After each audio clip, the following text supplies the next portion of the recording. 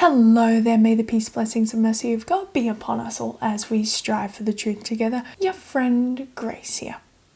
Now, when talking about Western nations and particularly the politics within Western nations, one topic really seems to come up a lot more often than others, and that is the idea of feminism. Do you support feminism? Are you against feminism? What stage feminist you are? That doesn't matter, because today we are going to be comparing two very interesting texts to see their opinions on feminism and the rights afforded to women and how these texts treat women. So, for the purpose of today's experiment, I will be comparing the New Testament for the Christians and even the central figures of the two. So, using the New Testament and Jesus as an example of Christianity's view on women versus the Quran's view and Muhammad's view on women as the central focus for Islam's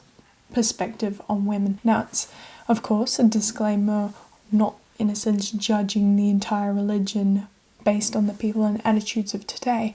That's why we are going straight to the source text and seeing what these texts talk about themselves. Now, of course, keeping in mind that the difference between these two texts is about 600 years, roughly, depending on who you ask and what you're looking for. But remembering that the New Testament, and at least Christ's appearance, was a lot earlier than Muhammad's appearance by about 600 years or so. And yes, as a forewarning, I am going to be a little bit biased going into this. I am in fact a Christian, and I have occasionally looked into the defense of Christianity here and there. Unfortunately, since I haven't been trained in the defense of Islam, I won't be able to provide the same, in a sense, explanations for the text as I will be able to do with Christianity. But that's where you guys come in. If you have an explanation for a text, or if you think I've missed something, please leave it in the comment section below. I'd love to chat. Alright, let's get into it. First of all, awesome things about women in the Quran. We know in chapter 4:7 that women have the right to inheritance. 4:32, women have the right to earn a living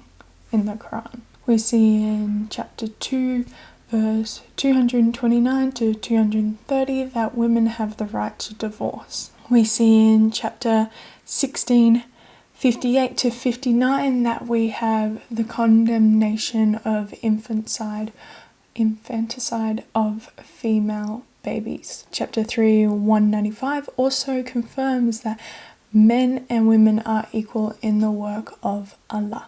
Good things about women in the Bible. Now, of course, I did warn you, it may be a little bit biased. I really did try searching for both texts, using pretty much the same keywords. I did sit through long feminist essays about the Quran's view on feminism, but here we go now with the Bible's merits of and positive aspects in regards to women.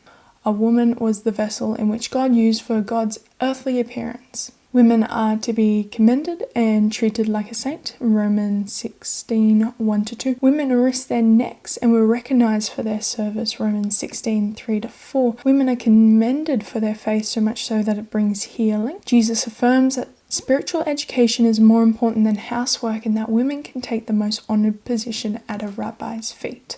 Martha owns her own house and uses it for ministry. Women obediently go to the tomb to anoint Jesus' body while the disciples are in hiding. The first people to witness the most important event in the Bible were women. Women have the gift to prophesy. There is no distinction within Christ. They are completely equal. Women are able to correct men in theology. Men and women have equal authority over each other's bodies in marriage. Men and women are both commanded to be righteous. God may bring the salvation of the unbelieving husband on the basis of the good conduct of the wife. God values the heart more than the external. Women are commanded not to fear. Women are to be honored and are heirs to eternity. And there is specific command to never violate a brother's wife. The Lord himself will avenge this.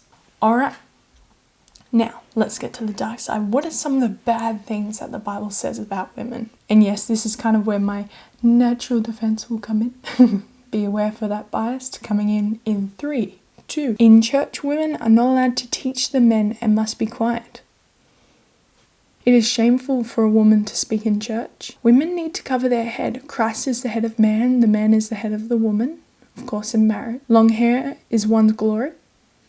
Women need to submit to their husbands for God. Wives are commanded to submit to their husbands, but husbands are explicitly commanded to love their wives. The tale of 10 virgins is sexist, apparently, in Matthew 25.